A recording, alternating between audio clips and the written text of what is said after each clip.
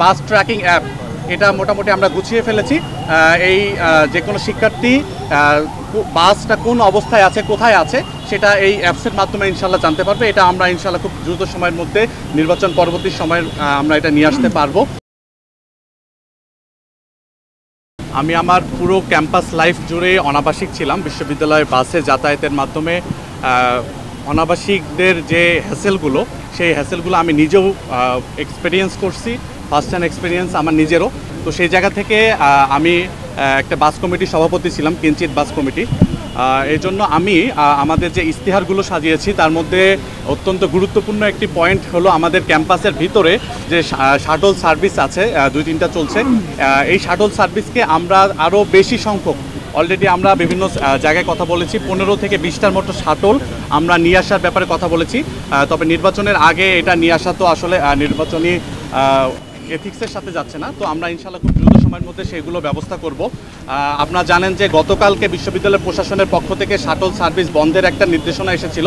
আমরা বিশ্ববিদ্যালয় প্রশাসনের সাথে যোগাযোগ করেছি যে শিক্ষার্থীদের জন্য যেটা ফ্রেন্ডলি একটা সার্ভিস, এই সার্ভিসটা কোনো অবস্থাতেই বন্ধ করা উচিত হবে না। তারা আমাদেরকে জানিয়েছেন যে আজকের মধ্যে তারা একটি নির্দেশনা এই ব্যাপারে জানাবেন। আমরা ক্যাম্পাসে বিশেষ করে আমাদের নারী শিক্ষার্থী যারা আছে, সুফিয়া কামাল হল থেকে একটা যে আমাদের শাটল বাস যায়, সেই বাসটা অনেক দেরি করে যায়। আমরা সেখানে 30 মিনিট অন্তর অন্তর এই বাসটা সার্ভিসটা চালুর ব্যাপারে আমরা এখানে পদক্ষেপ নিচ্ছি ইনশাল্লাহ। এটা আমাদের ইশতেহারে আছে। এছাড়াও আমাদের আজিমপুরে অবস্থিত কুয়েত মৈত্রী হল এবং ফজিলাতুন্নেসা হলের থেকেও যে বাস আছে, সেই বাসটাও আরও বেশি ফ্লুয়েন্ট করা। আমি গতকালকেও সেখানে যোগাযোগ করেছি। তাদের ক্ষেত্রে তারা ওয়েট করছে একটা বাস যে নির্দিষ্ট সময় আসার কথা, তার 30-40 মিনিট পার হয়ে গেছে, কিন্তু সেই বাস আসছে না। তো সেই জায়গা থেকে আমরাও এই বিষয়গুলো নিয়ে কাজ করছি। আমাদের অলরেডি একটা বাস ট্র্যাকিং অ্যাপ, এটা মোটামুটি আমরা গুছিয়ে ফেলেছি। এই যে কোনো শিক্ষার্থী বাসটা কোন অবস্থায় আছে, কোথায় আছে, সেটা এই অ্যাপসের মাধ্যমে ইনশাল্লাহ জানতে পারবে। এটা আমরা ইনশাল্লাহ খুব দ্রুত সময়ের মধ্যে নির্বাচন পরবর্তী সময়ে আমরা এটা নিয়ে আসতে পারবো। এছাড়াও ক্যাম্পাসে আপনারা জানেন যে কার্জন হলের সামনে এখানে রিক্সার গ্যাদারিংটা অনেক বেশি। আমাদের মেট্রো রেলের সামনে রিক্সা এমনভাবে থাকে যে যেখানে যাতায়াত করা যায় না। তো সেই জায়গা থেকে আমরা রিক্সা নিয়ন্ত্রণ করা এবং এদেরকে একটা সিস্টেমের মধ্যে নিয়ে আসার ব্যাপারে আমাদের পরিকল্পনা আছে। আমরা চাচ্ছি ক্যাম্পাসে ফ্রি অ্যাম্বুলেন্স সার্ভিস সেটাকে আরও বেশি উন্নীত করা, ভালো মানের সার্ভিস প্রোভাইড করা, এবং অনাবাসিক শিক্ষার্থীদের জন্য যে বাসগুলো যায়, সে বাসগুলো আসলে অনেক ফিটনেসবিহীন, বাসের সংখ্যাটা অনেক বেশি। সেই জায়গা থেকে আমাদের পরিকল্পনা আছে এই বাসটাকে কিভাবে নিজস্ব বাসে নিয়ে আসা যায়, নিজস্ব বাস আমরা যেন কিনতে পারি। সেই জায়গা থেকে আমরা এটার প্রক্রিয়াটা শুরু করব। আমরা হয়তো 1 বছরের মধ্যে সব বাস কিনে ফেলতে পারবো না, কিন্তু আমরা এটা পরিকল্পনা করে আমরা এটার একটা পথ দেখিয়ে যাব এবং এটার কাজ শুরু করব। এবং আমাদের প্রত্যেকটা রুটে, আমি যদি বলি আমাদের ফার্মগেট রুট থেকে শুরু করে এদিকে বনানী পর্যন্ত এখানে কোনো বাস নাই। তো সেই জায়গা থেকে আমরা এখানে নতুন বাস এই রুটে নিয়ে আসার জন্য আমাদের পরিকল্পনা আছে। তো এই রকম আরও কিছু পরিকল্পনা আমরা নিয়েছি। আশা করি আপনাদের সামনে ধীরে ধীরে আমরা এগুলো উপস্থাপন করব। অনাবাসিক শিক্ষার্থীদের একটা বড় অংশ আছে, 50%-এর অধিক অনাবাসিক শিক্ষার্থী, তাদের হ্যাসেল পূরণে আমরা বদ্ধপরিকর, আমরা কাজ করে যাচ্ছি ইনশাল্লাহ। আপনারা সকলেই অবগত আছেন, আমাদের ডাকসু কেন্দ্রিক একটা ওয়েবসাইট খোলা হয়েছে বিশ্ববিদ্যালয় প্রশাসনের পক্ষ থেকে। আমরা শুরু থেকেই কনসার্ন জানিয়ে আসছিলাম এই ওয়েবসাইটটা যাতে সিকিউরড হয় এবং শুধুমাত্র যারা ঢাকা বিশ্ববিদ্যালয়ের শিক্ষার্থী তারাই তাদের নিজস্ব পাসওয়ার্ড বা তাদের ইমেল বা তাদের ভোটার নাম্বার দিয়ে সেখানে অ্যাক্সেস করতে পারবে। আমরা আমাদের চিফ রিটার্নিং অফিসারকে ফোনে তার সাথে সরাসরি সাক্ষাৎ করে জানিয়েছিলাম, কিন্তু তিনি 15 দিন পার হওয়ার পরেও কোনো ধরনের ইতিবাচক উদ্যোগ গ্রহণ করতে সক্ষম হয়নি। তারপরে আমরা ফর্মাল তাকে একটি অ্যাপ্লিকেশন দিয়েছি, সেখানে তাকে লিগ্যাল নোটিশও দিয়েছি। সে যদি দ্রুত ব্যবস্থা না নেয় তাহলে আমরা আইনের দ্বারস্থ হতে বাধ্য হব। কিন্তু তার মধ্যেও কোনো পদক্ষেপ না নেওয়ায় আমরা আগামীকাল 4 জন শিক্ষার্থী একটি রিট দায়ের করেছি, গতকাল রিট দায়ের করেছি। রিটের মুখ্য বিষয় হচ্ছে ঢাকা বিশ্ববিদ্যালয়ের শিক্ষার্থীদের যে ভোটার তালিকা, সেটা যাতে শুধু ঢাকা বিশ্ববিদ্যালয়ের শিক্ষার্থীরাই অ্যাক্সেস পায়। বাইরে যে পাবলিক অ্যাক্সেস রয়েছে, যে কেউ চাইলে সে আমেরিকা বা উগান্ডা থেকেও সে ঢাকা বিশ্ববিদ্যালয়ের শিক্ষার্থী, নারী শিক্ষার্থীদের ভোটার লিস্ট সে ডাউনলোড করতে পারবে। তো আমরা দেখেছি যে বিশ্ববিদ্যালয় প্রশাসন আমাদের রিটের পরপরই পুরো ওয়েবসাইটটিকে ব্লক করে দিয়েছে এবং এখানে ভোটার তালিকাকে সরিয়ে ফেলেছে। তো আমরা দাবি জানাচ্ছি, আমরা চাই ভোটার তালিকা সেটা পাবলিক থাকুক, ঢাকা বিশ্ববিদ্যালয়ের শিক্ষার্থীরা সেটা দেখতে পারুক। এখানে প্রায় 12টি ডিপার্টমেন্ট আছে এবং 4000-এর মতো শিক্ষার্থী এখানে নিয়মিত অধ্যয়ন করছে, নিয়মিত ক্লাস করতে আসছে।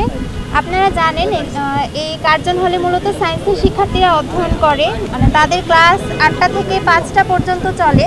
তো 4000 শিক্ষার্থীদের জন্য এই কার্জন হলে মাত্র একটা ক্যান্টিন আছে, খুবই ছোট পরিসরে একটা ক্যান্টিন আছে, যে ক্যান্টিনের খাদ্যের মান এবং খাদ্যের যে পরিমাণ সেটা শিক্ষার্থীদের জন্য পর্যাপ্ত না। খাদ্যকেন্দ্রিক সমস্যাটা অনেক বেশি ভোগাচ্ছে শিক্ষার্থীদেরকে, এবং ডিপার্টমেন্ট কেন্দ্রিক যে কমন রুমগুলো আছে খুবই ছোট, আলো বাতাস নেই, সেখানে স্যানিটেশন ব্যবস্থা অনেক অপর্যাপ্ত। নারী শিক্ষার্থীদের জন্য কমন রুম থাকলেও ছেলে শিক্ষার্থীদের জন্য কোনো কমন রুম নেই। এই সমস্যাগুলোতে আমরা অনেক দিন ধরে ভুগছি। বিশেষ করে যে শিক্ষার্থীরা মা, তাদের অনেক প্রতিবন্ধকতার মুখোমুখি হতে হচ্ছে, যে দীর্ঘ সময় ক্যাম্পাসে থাকতে হচ্ছে, কিন্তু তারা তাদের বাচ্চাদের নিয়ে আসতে পারছে না, কোনো ব্রেস্ট ফিডিং কর্নার নেই বা বাচ্চাদের রাখার কোনো ব্যবস্থা নেই। তো এই সমস্যাটা অনেক বেশি ভোগান্তির কারণ হয়ে দাঁড়াচ্ছে, এবং এতগুলো ডিপার্টমেন্ট আছে এই কার্জন হলে, কিন্তু নারীদের স্যানিটারি ন্যাপকিন সহ ইমার্জেন্সি যে ঔষধের কোনো ব্যবস্থা থাকবে, এই ব্যবস্থাগুলো এখানে নেই। এই সমস্যাগুলোর কারণে নারী সহ ছেলে শিক্ষার্থীরাও অনেক ধরনের সমস্যার মুখোমুখি হচ্ছে। তাছাড়াও যেহেতু সায়েন্সের শিক্ষার্থী, তাদের পড়াশোনার যে সোর্স বা গবেষণার যে সোর্স, এই সোর্সগুলো এখানে অপ্রতুল চাহিদার তুলনায়। তো এই সমস্যাগুলোর অনেক বেশি ভোগাচ্ছে, এবং ভূতত্ত্ব বিভাগের সাথে মেয়েদের একটা নামাজ রুম আছে, খুবই ছোট পরিসরে একটা নামাজ রুম, কিন্তু এই নামাজ রুমটা একদম ভঙ্গুর অবস্থায় পড়ে আছে। বৃষ্টি আসলে বৃষ্টির পানি পড়ে, অপরিষ্কার অপরিচ্ছন্ন। আমরা প্রশাসনের সাথে কথা বলেছি, ডিন অফিসে গিয়েছি, আমরা স্মারকলিপি দিয়েছি, সবগুলো সমস্যা নিয়ে কথা বলে এসেছি, কিন্তু এখনও আমরা এই সমস্যাগুলোর দৃশ্যমান কোনো পদক্ষেপ প্রশাসনের পক্ষ থেকে দেখতে পাইনি, যে বিষয়টা আমাদেরকে হতাশ করেছে। তো আমরা শিক্ষার্থীদের এই সমস্যাগুলো নিয়ে কাজ করতে আগ্রহী, আমরা এই সমস্যাগুলো সমাধান করতে চাই, এবং এই বিষয়গুলো নিয়ে আমরা আজকে এখানে মত বিনিময় করেছি। আসসালামু আলাইকুম ওয়া রাহমাতুল্লাহ। ধন্যবাদ আপনাদের সবাইকে, আপনারা আজকে এখানে আমাদেরকে সময় দিয়েছেন। ঢাকা বিশ্ববিদ্যালয় বিজ্ঞানের যে শিক্ষার্থীরা আছে তারা মূলত 3টা জায়গায় ক্লাস করে থাকে, কার্জন হল, মোকাররম ভবন এবং মোতাহার ভবন। কার্জন হলে বেসিক্যালি পরীক্ষা হয়। এই পরীক্ষা দিতে যারা বাইরে থেকে আসে, ক্যাম্পাসের বাইরে যে ভাই বোনেরা থাকে, তারা তাদের মোবাইল কিংবা ব্যাগ রাখার কোনো জায়গা পায় না ভালো, যার ফলশ্রুতিতে দেখা যায় বিভিন্ন সময় কার্জন হল থেকে মোবাইল মানিব্যাগ চুরি হয়। তো আমরা এই চুরি হওয়ার সমাধান আমরা চাই যে এখানে একটা লকার সিস্টেম থাকবে, যেখানে শিক্ষার্থীরা মোবাইল বা মানিব্যাগ রাখতে পারবে। পাশাপাশি আমরা মোকাররম ভবনে যদি যাই, মোকাররম ভবনে দেখবেন যে ভালো মানে ক্যান্টিন নাই, একটা ক্যান্টিন আছে আনঅথরাইজড, যেখানে খুব আনহাইজেনিক খাবারগুলো পাওয়া যায়। তো সেই জায়গা থেকে শিক্ষার্থীদের বিভিন্ন সময়ের দাবি ছিল, সুদীর্ঘ 5-7 বছরের দাবি এখানে একটা ভালো ক্যান্টিন প্রতিষ্ঠা করা। সে বিষয়ে বিশ্ববিদ্যালয় প্রশাসনের সাথে একাধিকবার যোগাযোগ করলে কোনো ফলপ্রসূ সমাধান আসে নাই। আবার মোকাররম ভবনে একটা অ্যাডভান্স রিসার্চ সেন্টার আছে, দেখবেন এই রিসার্চ সেন্টারটাতে অধিকাংশ ইনস্ট্রুমেন্ট ব্যাকডেটেড হওয়ার কারণে যে মানগুলো পাওয়া যায়, যে ভ্যালুগুলো পাওয়া যায়, এই ভ্যালুগুলো খুবই আন্তর্জাতিক মানের তুলনায় খুবই নিচে হয়। তো সেই জায়গা থেকে আমরা চাই এখানে আরও আধুনিক যে জিনিসপত্র এসেছে সেগুলো স্থাপনের মাধ্যমে শিক্ষার্থীদের যে গবেষণাকে আরও কী বলে ইন্টেন্সিফাই করবে। আবার দেখবেন যে বিশ্ববিদ্যালয় থেকে ইমেল দেওয়া হয়েছে, এই ইমেলের ক্যাপাসিটি এত কম যে এই ইমেল দিয়ে কোনো ফর্মাল বা কোনো প্রিমিয়াম বা স্টুডেন্ট ভার্সন ওয়েবসাইট বলেন, অ্যাপস বলেন, কিংবা কোনো কিছুতে অ্যাক্সেস নেওয়া যায় না। একটা শিক্ষার্থী যদি কোনোভাবে কোনো জার্নালে, কোনো পাবলিকেশন জার্নালে অ্যাক্সেস না পায়, সে কীভাবে রিসার্চ পেপার ডাউনলোড করবে, কীভাবে সেটা পড়বে, কীভাবে রিসার্চ করবে, সে জায়গাতে ঘাটতি আছে। আবার দেখবেন মোতাহার ভবনে মানে এই ক্যান্টিন নিয়ে 2000 শিক্ষার্থী আছে 7টা ডিপার্টমেন্টের, অথচ এটা নিয়ে একাধিকবার বিভিন্ন ছাত্র সংগঠন, আমরা নিজেরা বিভিন্ন আবেদন, অনুরোধ বিভিন্নভাবে আমরা রিচ করার ট্রাই করছি, কিন্তু কোনোভাবেই এই মোতাহার ভবনের যে ক্যান্টিন সমস্যা, এই সমস্যার সমাধান হয়নি। আমরা শিক্ষার্থীদেরকে প্রতিশ্রুতি দিতে চাই, কথা দিতে চাই যে আমরা নির্বাচিত হলে আমরা এই জায়গাগুলোতে কাজ করব এবং এই জায়গাতে প্রশাসনের সাথে আমরা এগুলো অ্যাডভোকেসি করব। ধন্যবাদ সকলকে।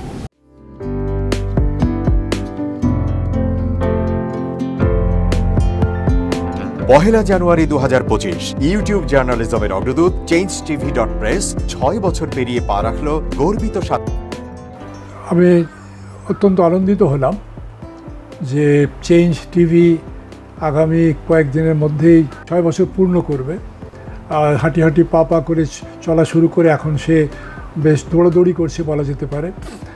ও নামটাও অত্যন্ত বলবো যে সিগনিফিক্যান্ট, যে চেঞ্জ, এই গণঅভ্যুত্থান কিন্তু চেঞ্জ চেয়েছে।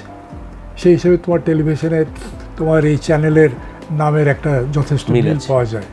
আমার প্রত্যাশা যে এই গণঅভ্যুত্থানের যে প্রত্যাশা, যে আশা আকাঙ্ক্ষা, চেঞ্জ টিভি সেটিকে এগিয়ে নিয়ে যাবে। তোমাকে শুভেচ্ছা। চেঞ্জ টিভি যারা সম্পৃক্ত আছেন, যারা কর্মী আছেন, সামনে পেছনে সকলকে আমার শুভেচ্ছা। changetv.press, এক ফোঁটা হলুদও নেই। Online TV channel change TV 6 বছর ধরে ওনারা কাজ করে যাচ্ছেন।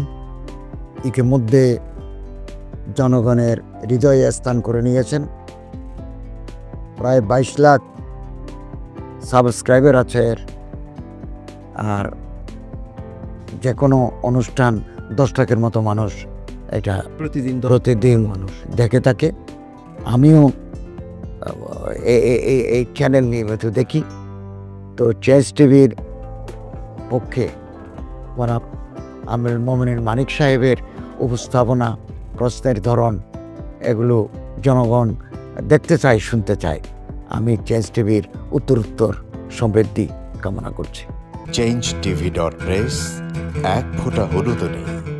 চেঞ্জ টিভি, তো আমি তাদেরকে আমার অসংখ্য শুভেচ্ছা জানাচ্ছি, কারণ তারা যে ভূমিকা রেখেছে এই সময়, একটা কঠিন সময় ছিল, সেটাতে যেমন ভূমিকা রেখেছে, এমনকি 5ই আগস্টের পরে নতুন বাংলাদেশেও তারা তাদের সেই তীক্ষ্ণ একটা সমালোচনামূলক এবং যেটাকে আমি গঠনমূলক বলবো সেরকম একটা ভূমিকা রাখছেন। তো সেক্ষেত্রে আমরা মনে করি যে এই ভূমিকা আমাদের দরকার, আমরা চাই এটা থাকুক এবং আরও যেন সমৃদ্ধ হয়। নতুন বাংলাদেশ নির্মাণে আমরা চাই যে চেঞ্জ টিভি যে সমালোচনাগুলো করছে বা যেগুলো আমরা তুলে ধরছেন, সেটা এমন করে করবেন যেন আমরা সেখান থেকে শিখতে পারি এবং সবাই মিলে যেন আমরা নতুন বাংলাদেশকে সত্যিকার অর্থে বৈষম্য বিহীন একটা সমাজ গড়ে তুলতে পারি,